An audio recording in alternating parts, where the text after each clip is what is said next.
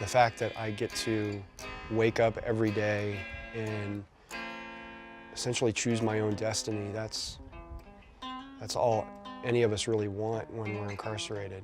We just want to wake up the next day and be in control of our lives. My name is Joe Watson. We are in the backyard of my home that I share with my wife. I've been out of prison for about 4 months now, around 120 days. I'm constantly reminding myself of what it was like to live in that environment. I wake up every day next to my wife. When I come in the kitchen to make her a cup of coffee, for instance, I'm just in disbelief that this is now my life after 10 plus years of what I went through. The transition has been really smooth. I have such a wonderful network of support.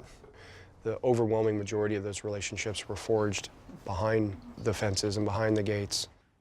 Me and Joe Watson, good dude. I don't even know how we became really good friends, but I just remember our conversation being deeper than that first level. And we would just talk about kids. He's a dad, I was a dad, and we talked about missing moments. You know, we'd hear about our children doing this, or we'd get a letter about our children doing that, or a picture, and you know, what's absent? Us. My name is Clyde Hardin. I'm a professional tattoo artist located at Empire Tattoo. What's up, buddy? First time I ever met him, I thought, I'm not gonna like this dude. He's bald-headed, doesn't know how to dress. I dressed just like you. Unfortunately, that's why I didn't like the way you dressed. Me and Joe, you know, would always talk tattoos. He wanted a few, he didn't know who to go to. And one day he was like, hey, give me one. We were in the library in the bookkeeping room, and I pulled out all the equipment. We had an hour or two to spend, and I gave him probably his most meaningful tattoo. I talk to Joe almost daily, you know, just to say, hey, you're all right.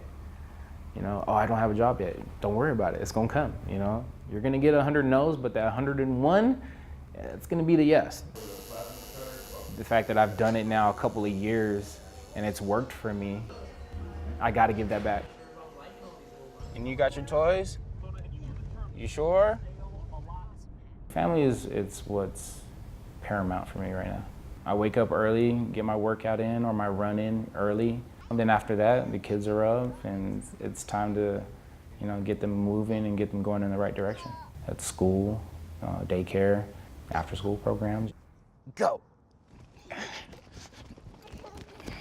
It's still the small stuff. I think it'll always be the small things. You know, being able to pick out what I want to wear and it not be orange, and oh yeah, more orange. And be happy and be loved, yeah? All right, bye, buddy. Peace. I'll see you later. Being able to pick out whether I want to have cereal or a bagel. To be able to sit at a red light and just sit and be, and know that you earn that right. You know, to be a licensed driver, to be a registered driver, it's a small thing. I'm Charles Pyle.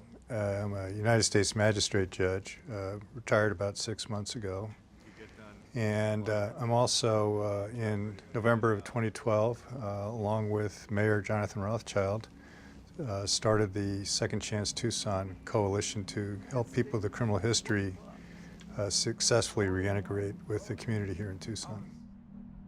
I believe there's approximately 40,000 state prisoners. About 17,000 get released each year, and I suspect it's maybe about 2,500 to 3,000 will come to Pima County. They need health care. I think access is starting to allow them in the state prison to apply before they get released. They need government identification. Before even employment, they have to have stable housing. It's just critical. They need to reconnect with family or other positive people, and then they need employment. And all of these things are incredibly difficult. I want to see the interview with Luis. I have an incredibly unique experience. The majority of people who get out of prison go through something very difficult upon reentry. I think I've been given more opportunities than the vast majority of prisoners that I did time with. I think being white and being a veteran, being articulate, those are probably the biggest factors in people just on first impression giving me an opportunity. I think that people who have served should get opportunities, but people who haven't served should get the same opportunities. And that's what was offered to me at the Tucson complex, was people who just wanted to be decent and give me a hand up. But I'm not sure that they would have necessarily done that with somebody who wasn't a vet. Good to see you. Good to see you. How are you? Good.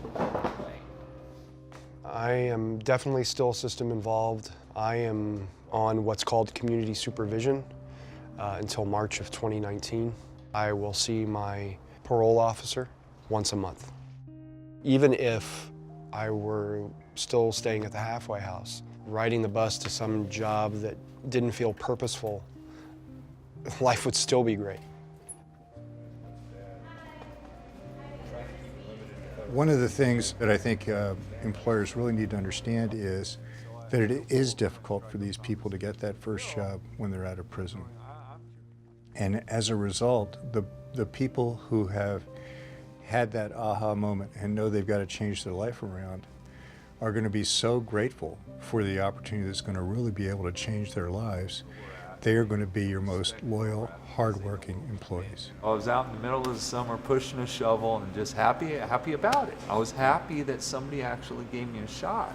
We need to get away from this incredibly negative stereotype of people from a criminal history, and we need to recognize the humanity of these people, and these people do want to have people who love them, a safe place to live, and to be comfortable and healthy. I was really lucky in so many ways. Tucson is so different than any other prison town where I've been incarcerated in Arizona.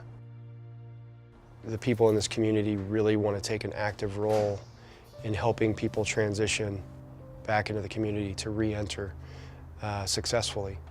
Life is all about second chances. In my case, third chances. You know what I mean? Like, I finally got it right.